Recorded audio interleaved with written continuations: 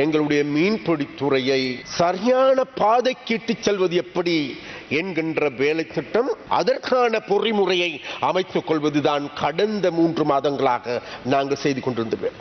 நிச்சயமாக ஓரளவு திருப்திகரமான முறையில் அந்த அமைச்சை ஒழுங்குபடுத்தி ஓர் வழியில் நிலைப்படுத்தி சரியான அணுகுமுறையை நோக்கி தள்ளி இருக்கின்றோம் என்பதை மாத்திரம் இந்த இடத்தில் நான் சுட்டிக்காட்ட வேண்டும். அதே போன்ற எங்களுக்கு எல்லோருக்குமே தெரியும், இன்றைக்கு வறுமை கூடிய மக்கள் எங்கு வாழ்கின்றார்கள் என்றால், கடந்த காலத்தில் உவா மாகாணமாக இருந்தது, ஆனால் அது இன்று வடமாகாணமாக மாறியிருக்கிறது. கடந்த காலங்களில் முதலாவது மாவட்டமாக பதுளை மாவட்டம் இருந்தது, அது இன்னைக்கு முல்லைத்தீவு மாவட்டமாக மாறியிருக்கிறது. இரண்டாவது மாவட்டம் கிளிநொச்சி மாவட்டமாக மாறியிருக்கிறது.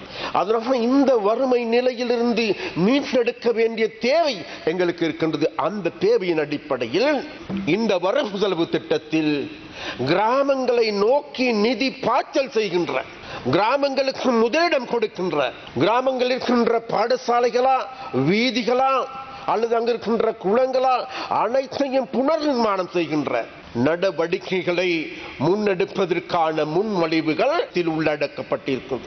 இந்த வரவு செலவு திட்டம் என்பது அது தமிழ், சிங்கள, முஸ்லிம் என்ற பேதங்கள் அல்ல, வடக்கு கிழக்கு என்கின்ற பேதம் அல்ல.